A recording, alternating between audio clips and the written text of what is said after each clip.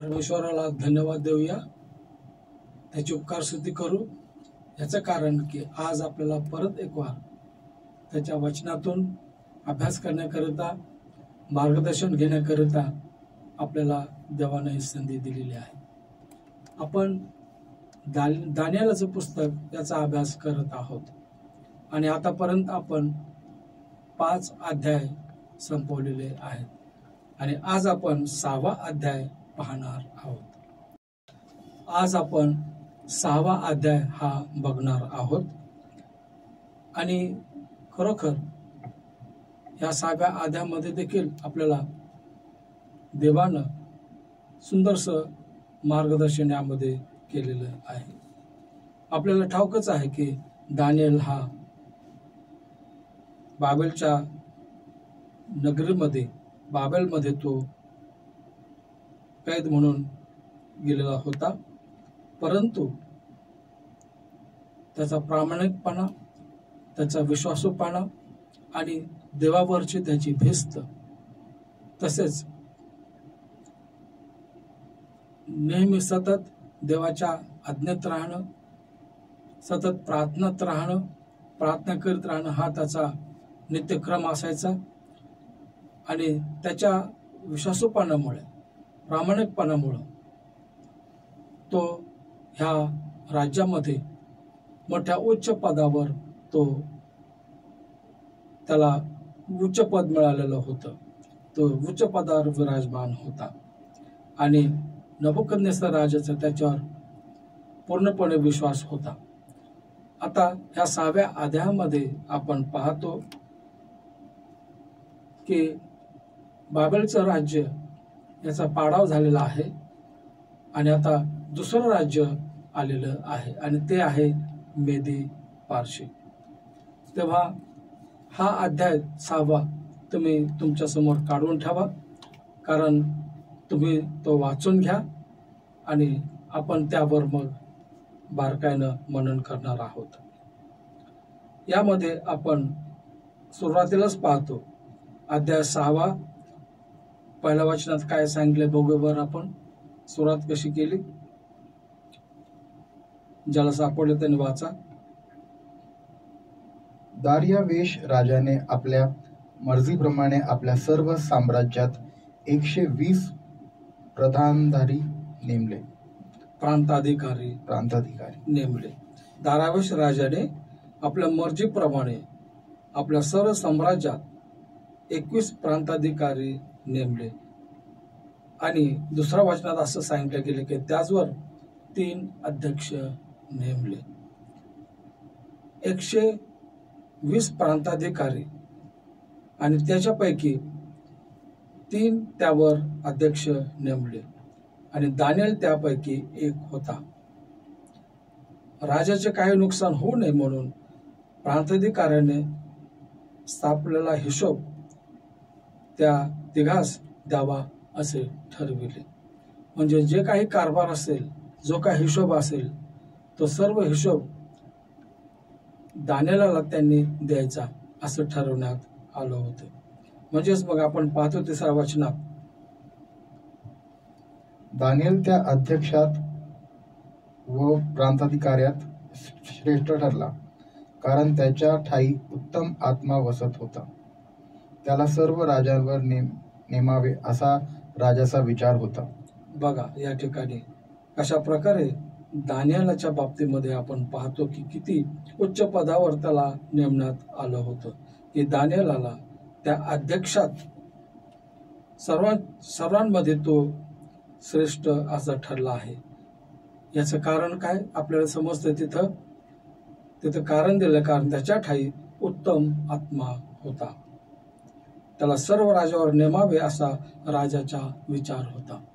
त्याच्या ठाई उत्तम आत्मा होता. हा उत्तम आत्मा कोणता आहे बरं सांगता येईल तुम्हाला? हा आत्मा म्हणजे पवित्र आत्मा, म्हणजे पवित्र आत्म्यानं तो भरलेला होता. याचं कारण तो सतत देवाच्या सानिध्यात, त्याच्या आज्ञात, त्याच्या वचनात तो असे आणि त्याला दिलेली जी कामगिरी आहे तो प्रामाणिकपणे पार पाडित असे. अशा प्रकारे दानिएलच्या बाबतीमध्ये आपण पाहतो आणि म्हणूनच त्या राजाचा विचार त्याच्या बाबतीमध्ये की त्याला सर्व राजावर नेमावे असा राजाचा विचार होता.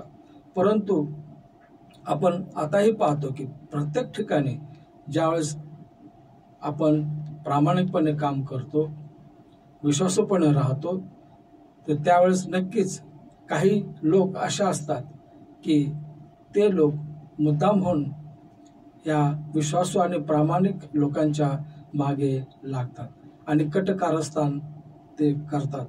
ही शैतानाची वृत्ती ह्या लोकांमध्ये नेहमीच आतापर्यंत आलेलं आहे. कारण शैतानाला देवाच्या भक्तांना त्रास देणं आणि त्यांना खाली पाडणं हा त्याचा नेहमीचाच क्रम आहे. 4थ्या वचनात आपण वाचतो पुढे, असे असता राज्य कारभारासंबंधाने दानिएला विरुद्ध काही निमित्त शोधण्याचा प्रयत्न त्या अधिकाऱ्यांनी व प्रांताधिकाऱ्यांनी चालवला, पण त्यांना काही निमित्त किंवा दोष सापडेना, कारण तो विश्वासू असून त्याच्या ठायी काही चूक किंवा अपराध सापडला नाही. बघा किती स्पष्टपणे या वचनात सांगितले की असे असता राज्यकारभारासंबंधाने दानिएला विरुद्ध काही निमित्त शोधण्याचा ते प्रयत्न करत होते आणि अध्यक्षांनी व प्रांताधिकाऱ्यांनी यांनी तो प्रयत्न चालवला, पण त्यास काहीच निमित्त किंवा दोष सापडेना, कारण तो विश्वासू होता. त्याच्या ठायी काही चूक किंवा अपराध सापडला नाही. अशा प्रकारे दानिएलाचं चरित्र किती अक्षरशः देवाच्या स्वभावासारखं त्याचा स्वभाव होता. दानिएलाच्या बाबतीमध्ये आपण पाहतो की दानिएलच्या बाबतीमध्ये त्याच्या एकही पापाची नोंद आपल्याला कुठेही सापडत नाही. म्हणजे अशा प्रकारे ह्या वचनात लिहिल्याप्रमाणे काय आपण वाचतो येतं की त्याच्या ठायी काही चूक किंवा अपराध सापडला नाही. अशा प्रकारे दानिएल विश्वासू आणि प्रामाणिक त्या ठिकाणी त्या राज्यामध्ये होता.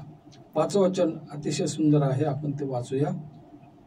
तेव्हा ती माणसे म्हणाली, ह्या दानिएला विरुद्ध काही निमित्त काढता येणार नाही, मात्र त्याच्या देवाच्या संबंधाने त्याच्या विरुद्ध काही निमित्त काढता आले तर येईल. बघा कोणतंच काही निमित्त त्यांना सापडेना. याचं कारण त्याच्यामध्ये काहीच चूक नव्हती, कोणताच अपराध सुद्धा त्यांना सापडत नव्हता. परंतु एक गोष्ट मात्र त्यांच्या लक्षात आली. तेव्हा ते काय म्हणाले बघा की या दानिएला विरुद्ध काही निमित्त काढता येणार नाही, मात्र त्याच्या देवाच्या नियमांसंबंधाने त्याच्या विरुद्ध काय निमित्त काढता यावे आले तर होईल. म्हणजेच देवाच्या बाबतीमध्ये त्याच्या नियमाच्या बाबतीमध्ये काही आपल्याला सापडलं तर काहीतरी पाहता येईल. अशा प्रकारे ह्या लोकांनी त्याच्या विरुद्ध कट केलेला आहे. आणि मग आपण पाहतो की कशा प्रकारे त्यांनी कट रचला आहे, कशा प्रकारे त्यांनी त्याला याच्यामध्ये चुकामध्ये सापडण्याचा त्यांनी प्रयत्न केला. तेव्हा ह्या गोष्टीमध्ये आपण पाहतो की दानिएल हा प्रार्थना करणारा भक्त होता आणि नित्य तो प्रार्थना करीत असे. या अध्यायामध्ये त्याच्या बाबतीमध्ये सांगितलेलंच आहे. तेव्हा 12वं वचन, तेव्हा ते राजाजवळ जाऊन त्याने फिरवलेल्या द्वाहीविषयी त्याला म्हणाले, महाराज, 3 दिवसापर्यंत जो कोणी आपणाशिवाय कोणा देवाची अथवा मनुष्याची आराधना करील त्याला सिंहाच्या गुहेत टाकावे, अशी द्वाही आपण फिरवली ना? राजाने उत्तर दिले की मेदी व पारसी यांच्या न पालटणाऱ्या कायद्याप्रमाणे हे निश्चित ठरले आहे. बरोबर. तेव्हा त्यांनी जो कट रचला त्या लोकांनी, त्या मनुष्यांनी, कोणता कट त्यांनी रचला की त्यावेळी ती मनुष्य जमावाने आली, तो दानिएल आपल्या देवाची प्रार्थना व आराधना करत आहे असे त्यास आढळून आले. कारण की त्यांनी जे फरमान काढलं होतं की 3 दिवस राजाशिवाय कोणाचीच उपासना, भक्ती, पूजा करायची नाही. अशा प्रकारे त्यांनी राजाकडून हे फरमान काढून त्यावर त्यांनी शिक्कामोर्तब केलेलं होतं. कारण त्यांना माहित होतं की दानिएल हा आपला देवाशी एकनिष्ठ आहे, प्रामाणिक आहे, विश्वासू आहे आणि तो आपल्याच देवाची उपासना केल्याशिवाय तो राहणार नाही. म्हणजे अशा प्रकारे ह्या कटामध्ये त्याला पकडण्याचा त्यांनी तो प्रयत्न केला. आणि आपल्याला माहितच आहे की दानिएल नित्यक्रमाप्रमाणे तो दिवसातून 3दा गुडघे टेकून प्रार्थना तो करत असे आणि त्यानं प्रार्थना करून देवाचा धन्यवाद केला. इथं आपण वाचलं. आणि आता या ठिकाणी आपण पाहतो की हे लोक राजाजवळ ते आले आणि त्याला राजाला आठवण करून दिली. आणि ती कोणती तर राजाने जी द्वाही काढली होती, फिरवली होती की 3 दिवस तुझ्याशिवाय, राजाशिवाय कोणीच कोणत्याच देवाची भक्ती, प्रार्थना, आराधना करायची नाही.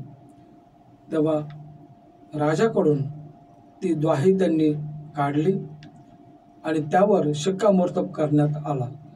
आता हे जे राज्य होतं, मेदी आणि पारशीचं राज्य, हे राज्य ज्यावेळेस एखादा कायदा ते काढतील किंवा नियम काढतील तर त्याच्यामध्ये कोणीच बदल करू शकत नव्हतं.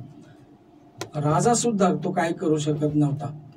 ज्यावेळेस राजाने समजा ती आज्ञा काढली, ते फरमान काढलं आणि त्याच्यावर राजाची मोहर किंवा शिक्का लागला गेला तर कोणीही मग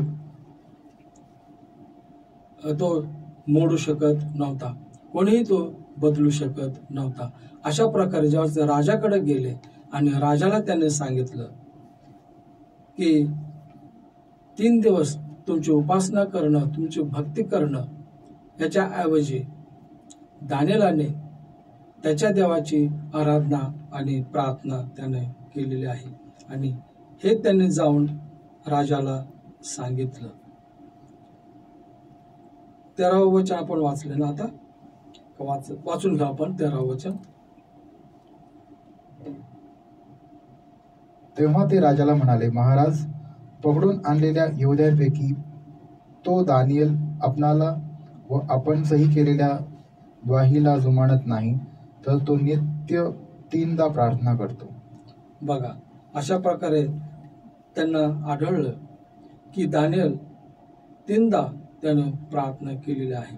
कारण ते त्याच्यावर टपूनच होते त्याला पकडायला. त्यांना माहित होते की दानिएल हा त्याचा नियम तोडणार नाही. तो बरोबर 3 वेळेस जो प्रार्थना करत असे तर तो त्याचा नियम तोडणार नाही, त्याला माहित होतं. आणि म्हणून त्याच्यावर त्याने पाळत ठेवले होते. आणि त्यांनी पाहिलं की दानिएल प्रार्थना करीत होता. 3दा त्यानं प्रार्थना केली आणि देवाचा धन्यवाद केला. आणि त्याने जाऊन मग राजाला सांगितलं की यहूद्यांपैकी तो दानिएल आपणाला व आपण सही केलेल्या द्वाहीला जो मानत नाही. अशा प्रकारे त्यांनी जाऊन राजाला सांगितलं. तेव्हा 14 वचनामध्ये आपण वाचतो की राजाला काय वाटलं बघा तुम्ही. आपण 14 वचन वाचूया. हे शब्द ऐकून राजा फार खिन्न झाला आणि दानिएलाचा बचाव करण्याचा तो विचार करू लागला. त्याचा बचाव करावा म्हणून त्याने सूर्य मावळेपर्यंत प्रयत्न केला. बघा, म्हणजे ह्या राजाचं सुद्धा दानिएलावर किती विश्वास, भरोसा आणि त्याच्यावर त्याचं प्रेम होतं. त्याला वाचवण्याकरता तो प्रयत्न करीत होता. आणि तर स्पष्ट म्हटलं की हे शब्द ऐकून राजा फार खिन्न झाला. त्याला वाईट वाटलं, दुःख वाटलं आणि दानिएलचा बचाव करण्याचा तो विचार करू लागला. आणि त्याचा बचाव करावा म्हणून त्यानं सूर्य मावळेपर्यंत म्हणजे दिवसभर तो प्रयत्न करीत होता.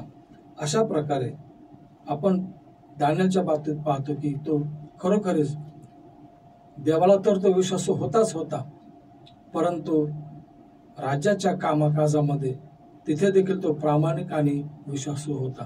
म्हणून तर राजाचं त्याच्यावर प्रेम होतं आणि राजाचा पूर्ण त्याच्यावर भरोसा होता. तेव्हा मग आपण पाहतो की राजानं ज्यावेळेस त्याला कळालं तर तो फार निराश झाला, तो फार खिन्न झालेला आहे. 16 वचनात आपण प्रामुख्याने ते वाचूया. त्यावर राजा ज्ञेयवरून दानिएलास आणून सिंहाच्या गुहेत टाकले. राजा दानिएलास म्हणाला, ज्या देवाची तू नित्य सेवा करतोस तो तुला सोडवेल. बघा, आता या ठिकाणी राजाचा देखील विश्वास दानिएलाच्या देवावर, की तो स्वतः स्पष्ट म्हणतो की त्यावर राजाज्ञेवरून दानिएलास आणून सिंहाच्या गुहेत टाकले. ही शिक्षा ठरवल्या गेली होती की जो कोणी 3 दिवस राजाला त्याची आराधना, त्याची उपासना करणार नाहीत तर त्याला सिंहाच्या गुहेत टाकण्यात येईल. आणि ठरल्याप्रमाणे दानिएलाला सिंहाच्या गुहेत टाकले. आणि मग राजा दानिएलास म्हणाला, काय तो म्हणाला बघा, किती महत्वाचं हे वचन आहे की ज्या देवाशी तू नित्य सेवा करतोस, ज्या देवाची म्हणजे ज्या स्वर्गीय देवाची तू नित्य सेवा करतोस तो तुला सोडवेल. म्हणजे या विधर्मी राजाचा विश्वास खऱ्या देवावर, की तो म्हणतो की दानिएलाला तो सोडवेल. अशा प्रकारे दानिएलाला ज्यावेळेस गुहेत टाकण्यात आलं तेव्हा हा राजा स्वस्थ बसला नाही. त्याने सतत प्रयत्न चालू ठेवले, परंतु तरी देखील त्याला काहीच करता येऊ शकलं नाही. पण मग त्याचा पूर्ण विश्वास, पूर्ण भरोसा जिवंत देवावर होता की तो देव, की ज्या देवाची दानिएल उपासना करतो, आराधना करतो, तो त्याला सोडेल, हा त्याचा पक्का विश्वास बसला होता.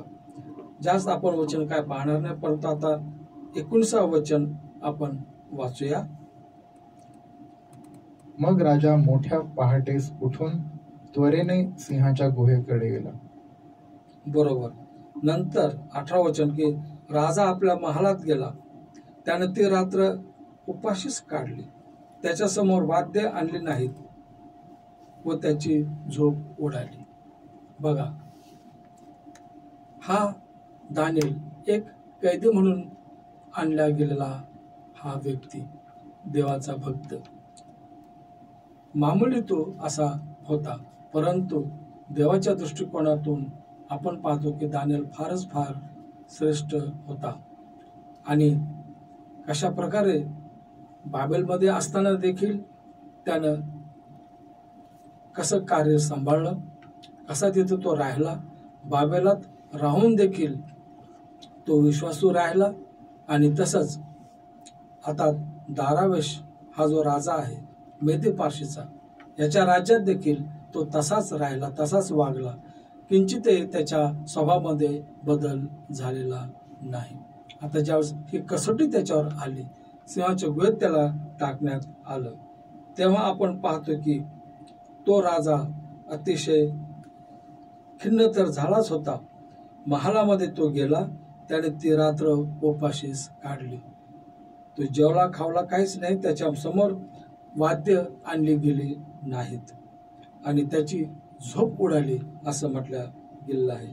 आणि 19 वचन आपण वाचतो. मग राजा मोठ्या पहाटेस उठून त्वरेने सिंहाच्या गुहेनजीक गेला.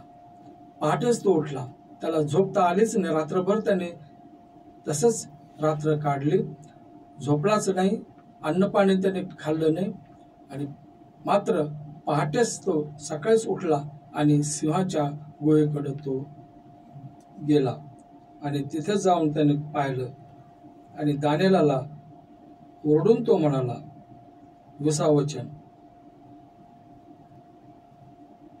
तो गुहेजवळ दानिएलाकडे जाऊन शोकास्वराने ओरडून म्हणाला, हे दानियेला, जिवंत देवाच्या सेवका, ज्या देवाची सेवा तू नित्य करतोस, त्याला सिंहापासून तुला सोडवता आले आहे काय?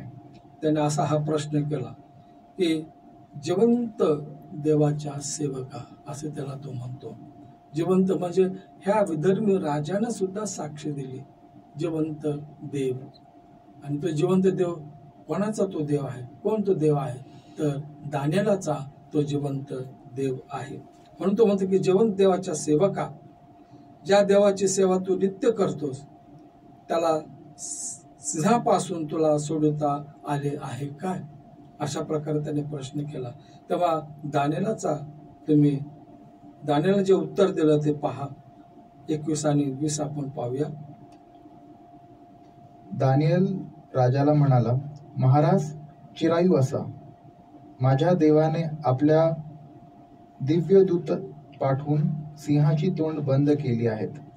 त्यांनी मला काही एक उपद्रव केले नाही, कारण त्या देवासमोर मी निरपराधी ठरलो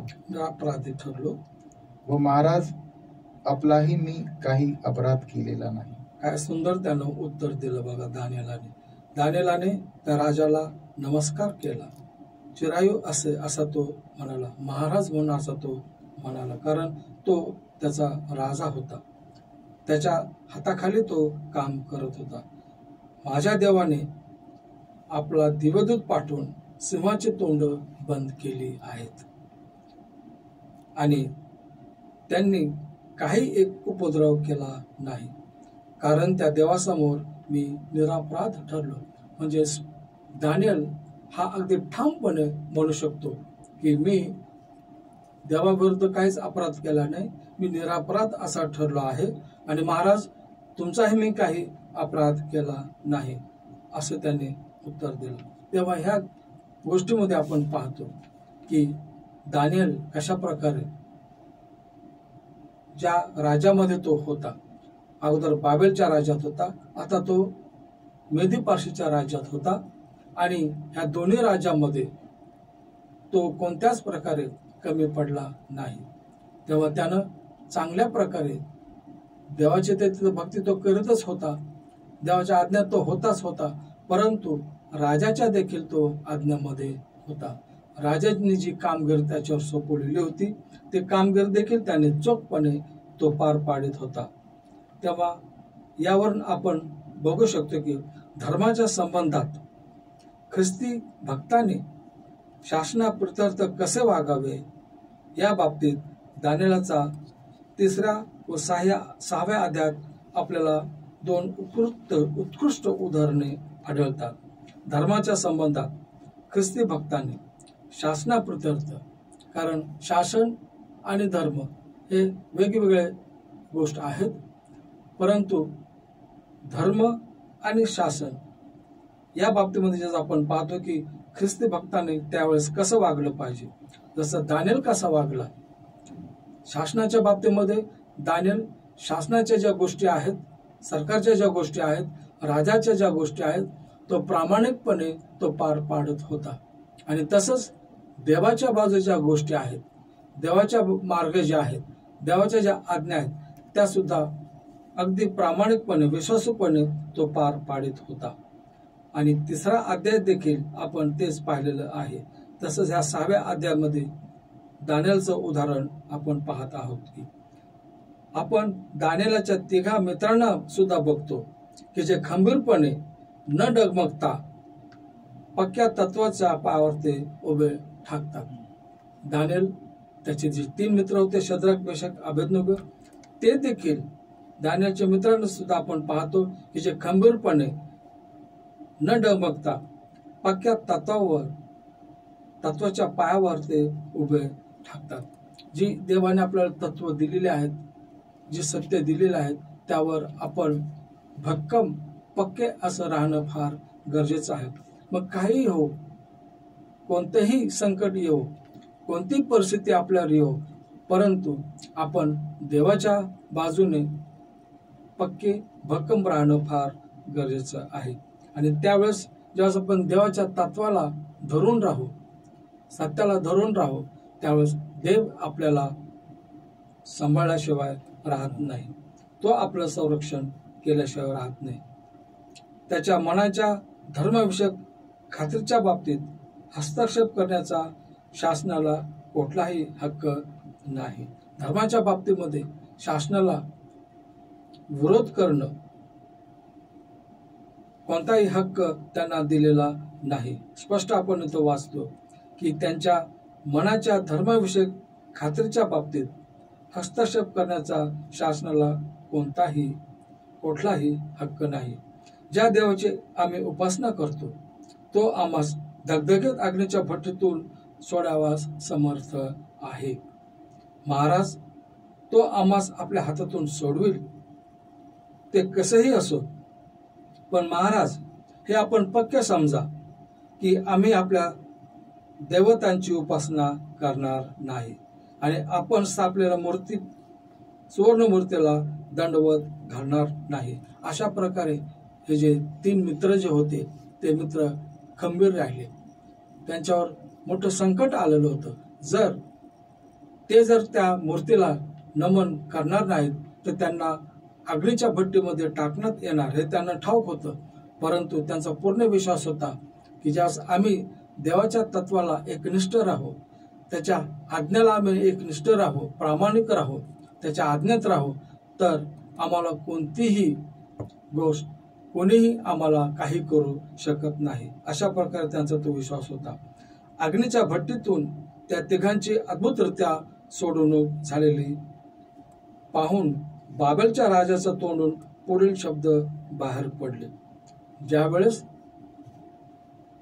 त्यांची अग्नीतून सुटका झाली तर बाबेलचा राजा काय म्हणाला, त्याच्या तोंडून कोणते शब्द आले बघा. शद्रक, मेशक व अबेदनगो यांनी आपल्या देवावर भाव ठेवला.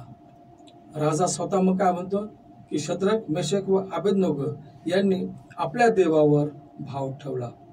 राजाचा शब्द त्यांनी मोडला, परंतु देवाचा शब्द ते मोडू शकत नाहीत. मग राजा कितीही क्रूर असो, कितीही वाईटरित्या त्यांचा छळ करणारा असो, अग्नीत टाकणारा असो, परंतु त्यांनी ह्या 3 मित्रांनी देवाचा शब्द मोडला नाही. आपल्या देवाखेरीज अन्य देवाची सेवा व उपासना करायची नाही म्हणून त्यांनी आपले देह अर्पिले.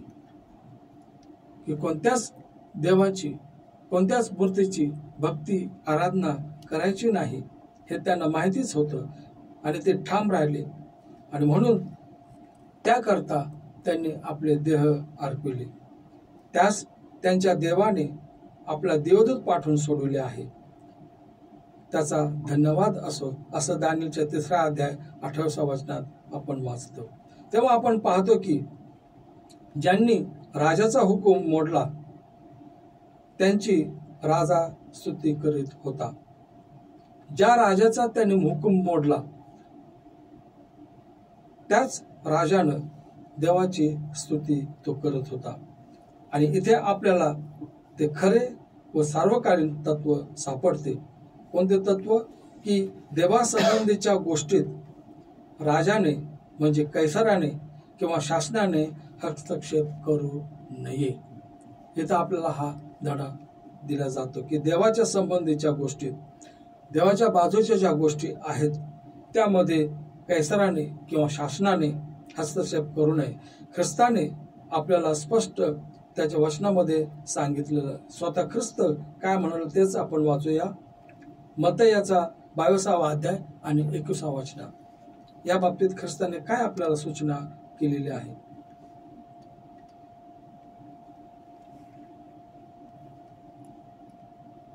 कारण ख्रिस्ताने काय केलेलं आहे की कैसर व देव त्यांना वेगळं केलेलं आहे. हे 2 वेगळे आहेत, कैसर आणि देव. तेव्हा ख्रिस्त काय म्हणतो या बाबतीमध्ये वाचूया. ते म्हणाले कैसराचा. तेव्हा त्याने त्याला म्हटले, तर मग कैसराचे ते कैसराला आणि देवाचे ते देवाला भरून द्या. बरोबर. काय म्हटलं तिथं गेले की कैसराचे ते कैसराला. जे कैसराचं म्हणजे शासनाचं जे असेल ते शासनाला.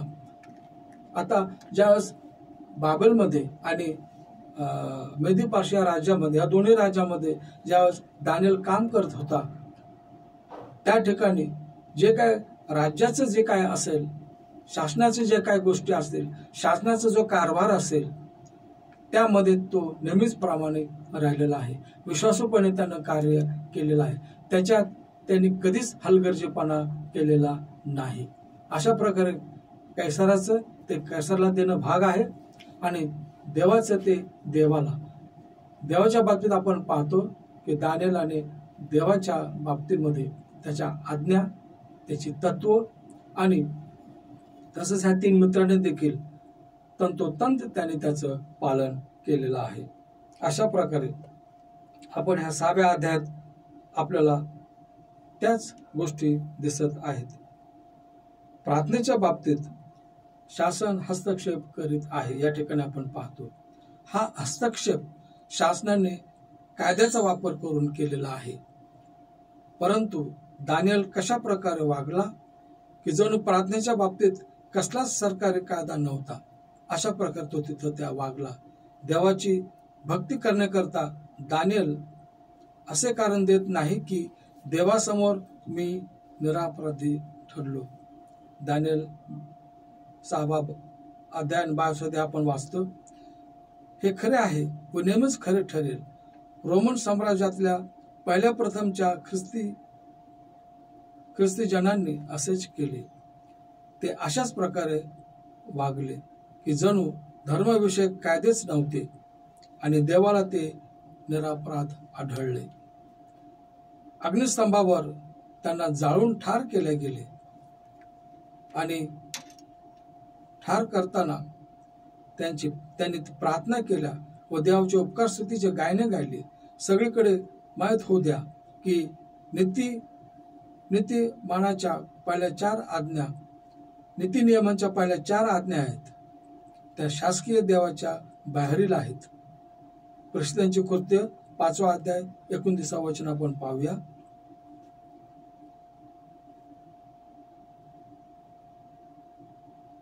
सगळीकडे माहीत होऊ द्या की नीती नियमांच्या पहिल्या 4 ज्या आज्ञा आहेत त्या शासकीय क्षेत्राच्या बाहेरील आहेत.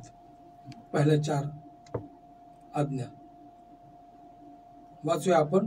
प्रेषितांची कृत्य 5वा अध्याय 29.